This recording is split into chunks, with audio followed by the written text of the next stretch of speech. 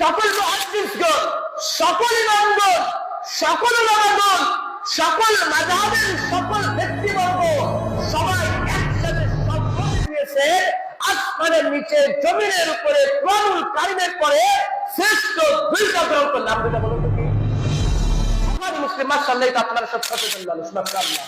তাহলে হাদিসে কোথাও নাই, পড়তেছে কারা? এবারে হক গ্রন্থ কোথা থেকে গ্রহণ করব? তাহলে হুজুরদের উপায় কি হবে? কিভাবে আমাদের কাছে বাধ্যভাবে মুকাল্লিদ বানাচ্ছে আজকে এই হুজুররা? কিন্তু আপনাকে আমাকে সচেতন হতে হবে, আপনাকে আমাকে জানতে হবে। আপনি আমি ছোট বাচ্চার মতো, অবুঝের মতো, ওই যেমন ছোট বাচ্চা যখন বাবা মার প্রতি যেভাবে নির্ভরশীল হয়, আপনি এভাবে হুজুরের প্রতি নির্ভরশীল হওয়ার চেষ্টা করেন না। আপনাকে জানতে হবে। সম্মানিত মুসলিম, এজন্য আপনাকে আমাকে অবশ্যই আগে জানতে হবে, দলিলটি যাচাই বাছাই করতে হবে। বাজারে যখন যাচ্ছি, আমি মাছ কেনার সময় দেখতেছি এটা কোন মাছ, কোন পানির মাছ, কোন নদীর মাছ, দেখি না ভাই? আমি যখন বেগুন ক্রয় করি, বেগুনে পোকা থাকলে কি বেগুন নিয়ে আসি না? তাহলে যে হাদিসের মধ্যে কোনো সনদ পাচ্ছি না, সে হাদিস কেন আমি পালন করতেছি? যে হাদিসের কোনো সহি পাচ্ছি না, যে হাদিস একেবারে মানুষ বানাইছে, তাহলে সেগুলো আমি কিভাবে আমল করতেছি? তার মানে দুনিয়াটাই আপনার আমার কাছে সব, পরকালের যে আমল এটা আপনার আমার কাছে কিছু না। আর মরার পরে কিন্তু আপনার আমার যাবে কিন্তু সেটা। প্রিয় উপস্থিতি, এজন্য আপনাকে আমাকে দলিল যাচাই বাছাই করার চেষ্টা করতে হবে। এরপরে জানার চেষ্টা করবো আমরা আলোচনা 2 নম্বর যে পয়েন্ট, সেটি হচ্ছে হলো হক গ্রহণের দ্বিতীয় নম্বর যে পয়েন্ট, সেটি হচ্ছে হলো এবারে হক গ্রহণটা কোথা থেকে গ্রহণ করব? আল্লাহ নবী সাল্লাল্লাহু আলাইহি ওয়াসাল্লাম প্রথম আমি যে আমসার সময় যে হাদিসটা আমি পাঠ করছিলাম, তারাক্তু ফিকুম আমরাইন লান তাদিল্লু মা তামাসসাকতুম বিমা কিতাবুল্লাহি ওয়া সুন্নাতিন নবী সুন্নাতিন নবী, যে হাদিস, সুন্নাত বলতে নবী সাল্লাল্লাহু আলাইহি ওয়াসাল্লামের হাদিস, এটা আপনাকে আমাকে জানতে হবে। এটা আমি কোনটা নিব? আপনাকে আমাকে এটা সবচেয়ে বিশুদ্ধ যেটি আপনাকে আমাকে সেটা গ্রহণ করতে হবে। এরপরে বলবেন যে ভাই তাহলে আমরা বিশুদ্ধ কোনটা জানবো? হাদিস তো 104টি প্রায় হাদিস গ্রন্থগুলো রয়েছে। মনে রাখার চেষ্টা করবেন, আপনার আমার সমাজের মধ্যে বা আপনার আমার বাড়িতে আমি দেখতে পাবেন, আপনার আমার ওই যে পচা ড্রেনের পানি আছে না, পানি আছে, ড্রেনের পানি রয়েছে, পুকুরের পানি রয়েছে, মিনারেল ওয়াটারে যে বিশুদ্ধ পানি রয়েছে। তাহলে আমি যখন পানি পান করব, আমি তখন বিশুদ্ধ পানি পান করব নাকি ওই যে পচা ড্রেনের পানি পান করব? বিশুদ্ধ পানি, কথা বুঝতে পারছেন? আমি যখন পানি পান করব তখন কি বিশুদ্ধ পানি পান করব? আপনার আমার সামনে যদি পচা ড্রেনের পানি থাকে, পান করব?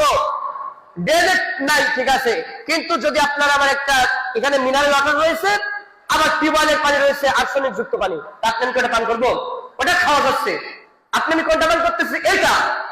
সকল মুহাদ্দিসগণ, সকল ইমামগণ, সকল উলামাগণ, সকল মাযহাবের সকল ব্যক্তিবর্গ সবাই একসাথে সম্মতি দিয়েছে আসমানের নিচে জমিনের উপরে কোরআনুল কারীমের পরে শ্রেষ্ঠ দুইটা গ্রন্থ নাম দুটো বলুন তো কি? বুখারী মুসলিম। মাশাআল্লাহ, এটা আপনারা সব সচেতন মানুষ, মাশাআল্লাহ। তাহলে বুখারী মুসলিম আসমানের নিচে জমিনের উপরে কোরআনুল কারীমের পরে সবচেয়ে বিশুদ্ধ দুইটা গ্রন্থ। আজও পর্যন্ত কোন ইমামগণ, আজও পর্যন্ত কোন মুকাল্লিদগণ, আজও পর্যন্ত কোন পীরগণ কেউ প্রমাণ করতে পারেনি এখানে একটি জয়ীফ হাদিস রয়েছে, কেউ প্রমাণ করতে পারেনি। তাহলে আপনি এখানে তো স্পষ্ট পেয়ে যাচ্ছি। তাহলে আপনি এখান থেকে দেখবো অনেক হাদিস গ্রন্থ রয়েছে যেখানে আপনার জয়ীফ হাদিস পাচ্ছে। আবু দাউদের কিতাব সিয়াসিত্তুল হাদিসকে অনেক গ্রন্থে আপনার জয়ীফ হাদিসগুলো মুহাদ্দিসগণ পেয়ে গেছেন। তাহলে এখান থেকে আমি স্পষ্ট যখন পাচ্ছি, তাহলে আমি সবাই তো জানি যখন আমি কোরআনের মধ্যে হকটা পেয়ে যাচ্ছে, সত্যটা পেয়ে যাচ্ছে, আবার যখন আমি হাদিসের সনদের দিকে আসবো, এদিকে আমি কোনো আলোচনা করবো না, আলোচনা বিষয়ের দিকে চলে যাবো, কারণ উদাহরণ দিতে গেলে সময় লেগে যাবে, কারণ আলোচনার টপিক অনেক বড়। আমি যখন শুধু এতটুকু কথা বলবো, সত্যটা আমি যখন স্পষ্ট ভাবে জানতে পারতেছি, তাহলে আমি সেই সত্যটা যেখানে আবার ইনিয়ে বিনিয়ে লুকিয়ে বা স্পষ্ট ভাবে আপনার আমার যে আমভাবে যেগুলো করা, আমি সেগুলো কেন দেখবো? আমি সবগুলো একেবারে হাকিকি ভাবে আমি পেয়ে যাচ্ছি, আমি সেখানে মাঝাজি ভাবে কেন নিতে যাবো? এই জন্য আমি স্পষ্ট বুখারী মুসলিমের মধ্যে পেয়ে যাচ্ছি। যখন আমি পাচ্ছি না, তখন আমি গিয়ে দেখলাম তিরমিজি দেখলাম। আমি যখন পাচ্ছি না বুখারী মুসলিমের মধ্যে, তখন আমি আবু দাউদ গিয়ে দেখলাম, তারপরে আমি নাসাইর মধ্যে দেখলাম।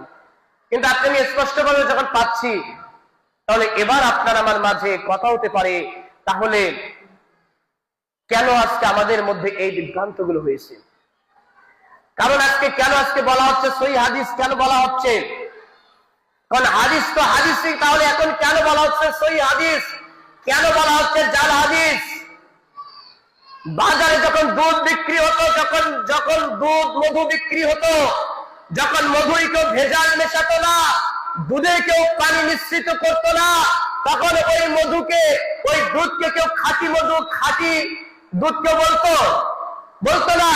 যখন এই মধুর মধ্যে, যখন চিনি দিয়ে, যখন এই মধুর মধ্যে ভেজাল মিশানো হলো, দুধে পানি দিয়ে যখন ভেজাল মিশানো হলো, তখন মানুষ বলতে লাগলো এটা খাঁটি দুধ, তখন মানুষ বলতে লাগলো এটা খাঁটি মধু।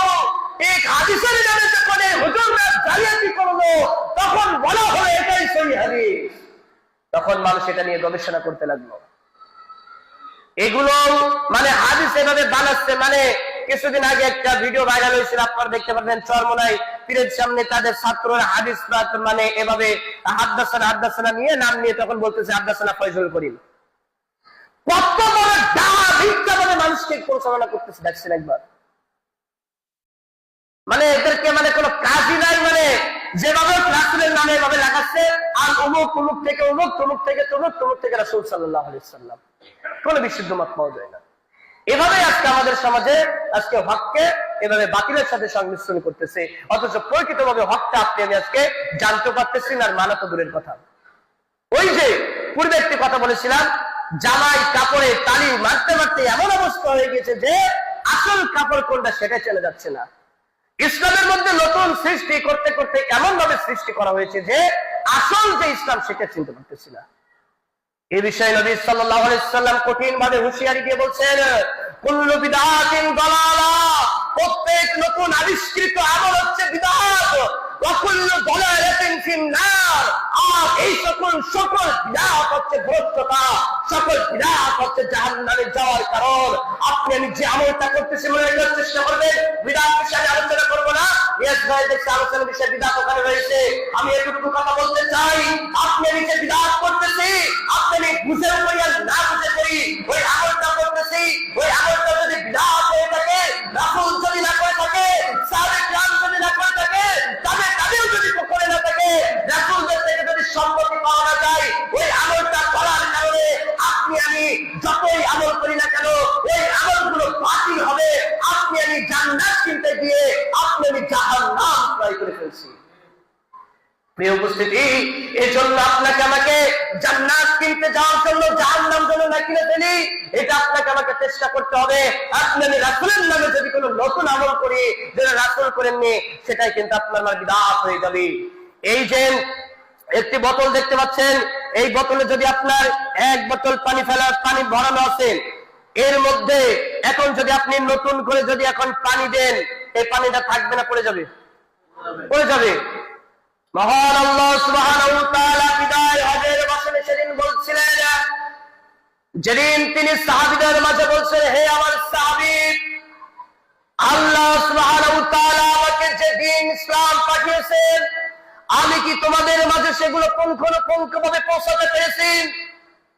সাহাবীগণ তখন বললেন, না ইয়া রাসূলুল্লাহ সাল্লাল্লাহু আলাইহি ওয়াসাল্লাম, আপনি আল্লাহর কাছ থেকে যেটা পাঠিয়েছেন, নিয়েছেন, সম্পূর্ণভাবে আমাদের মাঝে সেটা বিতরণ করেছেন, আপনি রিসালাতের দায়িত্ব সঠিকভাবে পালন করেছেন। তখন মহান আল্লাহ সুবহানাহু ওয়া তাআলা আয়াত অবতীর্ণ করলেন, সূরা মায়েদার, আল-ইয়াওমা আকমালতু লাকুম দীনাকুম, আজ আমি তোমাদেরকে ইসলামকে দ্বীন হিসাবে পরিপূর্ণ করে দিলাম। সুবহানাল্লাহ। তাহলে ইসলাম পরিপূর্ণ হয়ে গিয়েছে বিদায় হজের দিনে। তাহলে ইসলামের মধ্যে যে ইসলাম আপনার আমার পরিপূর্ণ, এটার মধ্যে আপনার নতুন করে কিছু ঢোকানোর ইখতিয়ার রয়েছে আপনার আমার? ইসলাম চলে শুধুমাত্র একজনের কথাতে, তিনি হচ্ছেন কে? মুহাম্মদ সাল্লাল্লাহু আলাইহি ওয়াসাল্লাম। আর মুহাম্মদ সাল্লাল্লাহু আলাইহি ওয়াসাল্লাম কার কথা চালিয়েছে? আল্লাহ সুবহানাহু ওয়া তাআলা। পৃথিবীর মুখে অন্য কোন মানুষ, অন্য কোন হুজুর, অন্য কোন ইমামদের মতে ধর্ম চলে না, চলে একমাত্র আল্লাহর নবী সাল্লাল্লাহু আলাইহি ওয়াসাল্লামের কথাতে। নতুন ভাবে ইসলামের মধ্যে যদি কোনো কিছু ঢোকাতে হয় তাহলে রাসূলকে আবার আসতে হবে। রাসূল যদি বলে যায় তাহলে আপনাকে আমাকে সেটা করতে হবে। এই জন্য দিনের মধ্যে যদি কোনো বিভ্রান্ত দেখা যায়, কোরআন হাদিসের মধ্যে যদি নাও মিলে, সেই মত যদি না পাওয়া যায়, তখন আপনার আমার সেটা আল্লাহ সুবহানাহু ওয়া তাআলার কাছে তওবা করতে হবে, আল্লাহু আ'লাম এটা বলে দিতে হবে। কিন্তু আপনি আমি জানতেছি না ফতোয়াকে, আপনি নিজের মতো করে দিয়ে দিচ্ছি, একবার আল্লাহু আ'লাম বলছি না। একটুখানি কালে ফতোয়ার বিষয়ে একটুখানি কথা বলে দেই। আপনারা সবাই নাম শুনছেন না কাবার প্রধান ইমাম আব্দুর রহমান সুরাইসের নাম? 2022 সালে যে কাবার একজন ইমাম, প্রধান ইমাম, এবং যিনি সৌদি আরবের রাষ্ট্রের দায়িত্ব রয়েছেন এবং বিশ্বের মধ্যে তিনি প্রথম কাতারে আলেমের মধ্যে তিনি একজন, এত বড় একজন আলেম, এত বড় একজন ব্যক্তি, তিনি ফতোয়া দেওয়ার অনুমতি পেয়েছেন 2022 সালে। আপনারা গুগলে সার্চ দেন, পেয়ে যাবেন। তাহলে এবার ভাবেন, কাবার প্রধান যে ইমাম তিনি 2022 সালে, তিনিও কিন্তু সেই অনেক আগে মদিনা বিশ্ববিদ্যালয় থেকে পড়ালেখা করছেন, মানে গোটা পৃথিবীর মধ্যে একজন বড় আলেমের মধ্যে তিনি তো একজন। তাহলে তার মতো এমন বড় ব্যক্তি ফতোয়া দেওয়ার, এমনিতে আগে ফতোয়া দেওয়ার জন্য তিনি অনুমতি পান নাই, 22 সালে অনুমতি পেয়েছেন।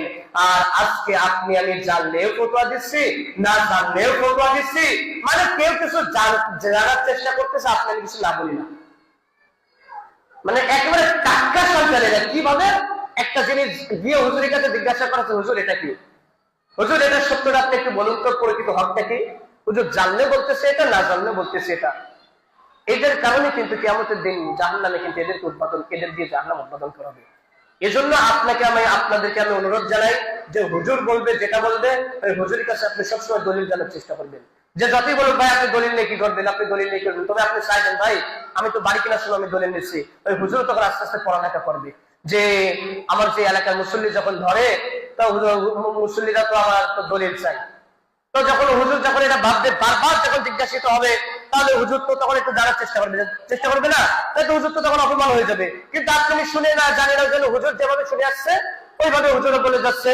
কিন্তু হুজুর যখন যাচাই বাছাই করার চেষ্টা করবে যে প্রত্যেকটা দোয়া যে সালাতের পরে আমরা পাঠ করি সবগুলো তো হাদিসের মধ্যে রয়েছে, তখন হুজুর তো তখন আস্তে আস্তে সেগুলো সব বলতে পারবে আস্তে আস্তে।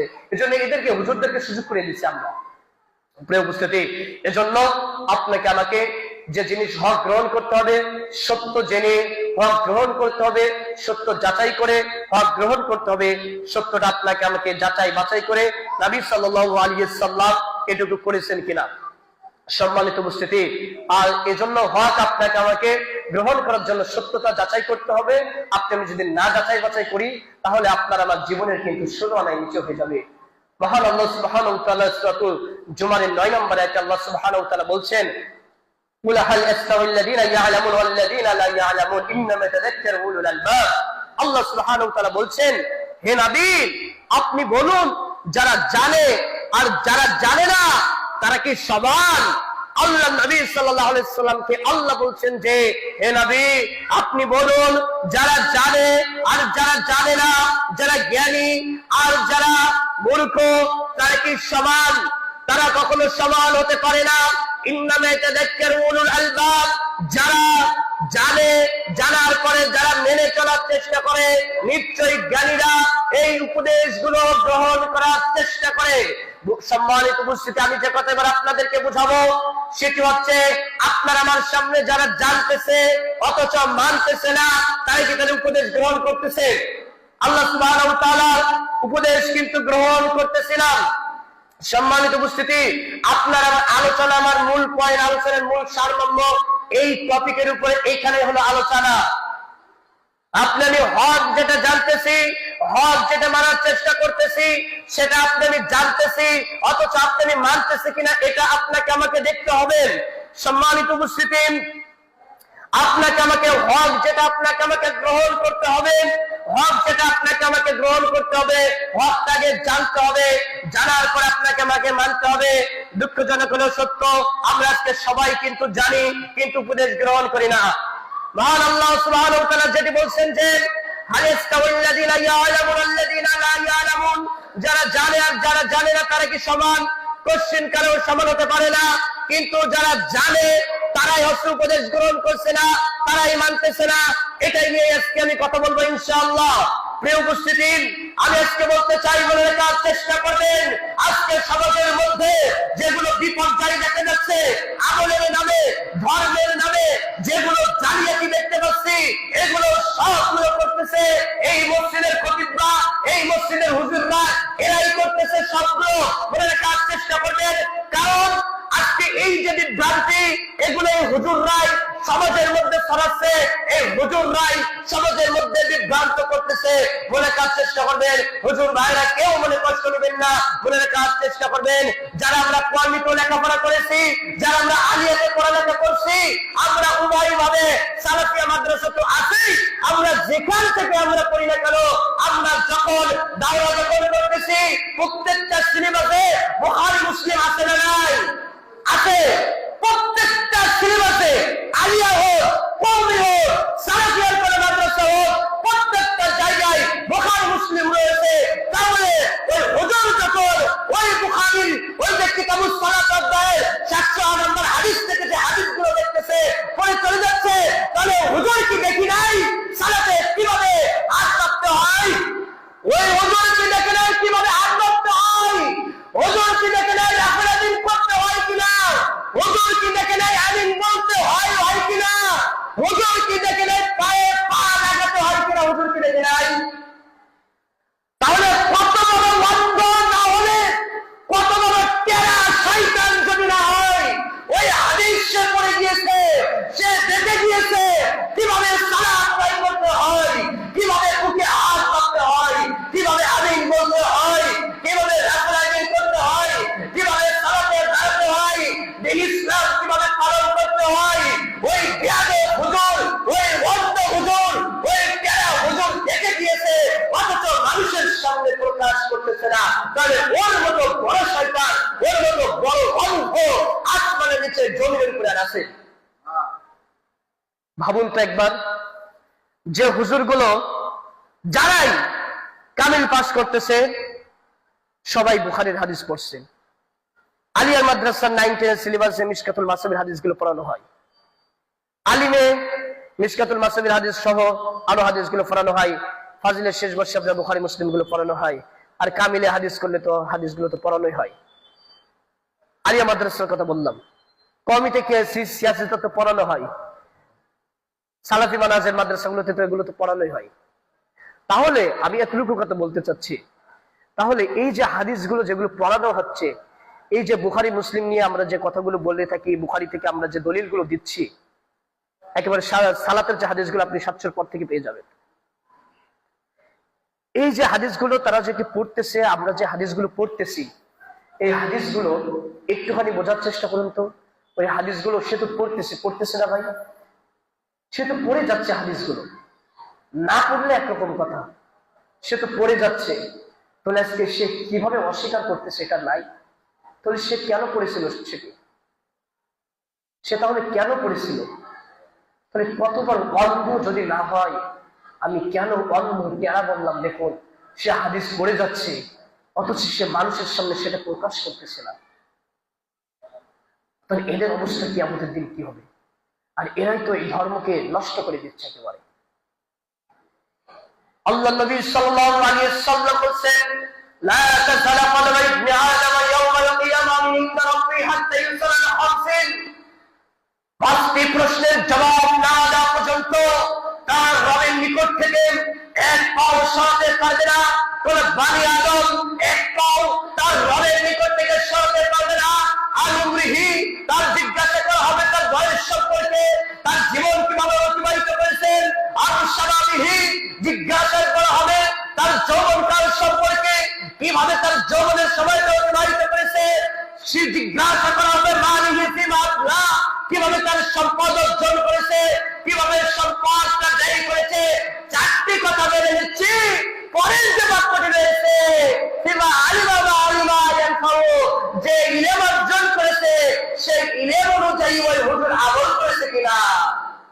প্রথম 4টা তো সুন্দরভাবে মেনে নিলেন, মিষ্টি মিষ্টি ফজিলাতের কথাগুলো মেনে নেন, কিন্তু যেগুলো কায়েম করা দরকার সেগুলো তো আমরা করি না।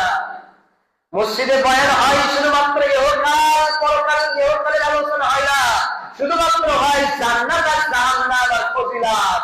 অথচ সমাজ কিভাবে চলবে, ওই যে সুদ খাচ্ছে, ওই যে চুরি করতেছে, তার বিরুদ্ধে কয়দিন অ্যাকশন নিয়েছেন? ওই যে জিনা করতেছে, তার পৃথিবীতে বেঁচে থাকার অবকাশ নাই, কয়দিন অ্যাকশন নিয়েছেন? কয়দিন তার জন্য আপনি লড়েছেন? কয়দিন সরকারের নিকট আবেদন করেছেন? শুধু ওই পরকালের আলোচনায় শুধু আমাদের মসজিদে হয়। হুজুররা তো সব বিড়ালের বাচ্চা, আর এই মানুষজন তো সব তো তার চেয়ে আরো খারাপ অধম, মানে অধমের অধম। এই জন্যই তো নিজে যদি না থাকি, সমাজকে এমনিতে পরিবর্তন হবে? আপনি আমি 90% মুসলিম কান্ট্রিতে আপনি আমি সবাই মুসলিম হিসেবে দাবি করি, সবাই আমরা হকপন্থী হিসেবে দাবি করি। তবে যেখানে রাসূল সাল্লাল্লাহু আলাইহি সাল্লামকে নিয়ে কটূক্তি করা হচ্ছে, রাসূল সাল্লাল্লাহু আলাইহি সাল্লামকে নিয়ে অবমাননা করা হচ্ছে, আপনার আমার ভিতর থেকে কয়টা প্রতিবাদ এসেছে? আপনার জায়গা থেকে আপনি কয়টা প্রতিবাদ করেছেন? আপনি আমি সবার বিরুদ্ধে তো কথা বলতেছি, আপনি জালিমের বিরুদ্ধে কথা বলতেছি, কিন্তু আল্লাহ নবী সাল্লাল্লাহু আলাইহি ওয়াসাল্লাম বলছেন যে লা ইউমিনু আহাদুকুম, তোমাদের মধ্যে কেউ ততক্ষণ পূর্ণ ঈমানদার হতে পারবে না হাত্তা কুল আহাদু ইলাল্লাহি ওয়া রাসূল, যতক্ষণ না পর্যন্ত আল্লাহর জীবনের চেয়ে, পরিবারের চেয়ে আর আল্লাহ এবং আমি রাসূল প্রিয় না হবো তার কাছে, ততদিন সে পূর্ণ ঈমানদার, পূর্ণ মুমিন হতে পারবে না। তাহলে রাসূলকে যদি ভালোবেসে থাকি, ওই রাসূলকে অবমাননা করা হচ্ছে, আর আপনি আমি সেটা আপনার জায়গা থেকে প্রতিবাদ যদি না করি, তাহলে আপনি আমি কেমন ঈমানদার? কেমন ঈমানদার আপনি আমি? আপনার আমার বিবেককে একটু জাগ্রত হয় না? আপনার আমার অন্তরে কি একটু কষ্ট হয় না? আবার রাসূলকে অবমাননা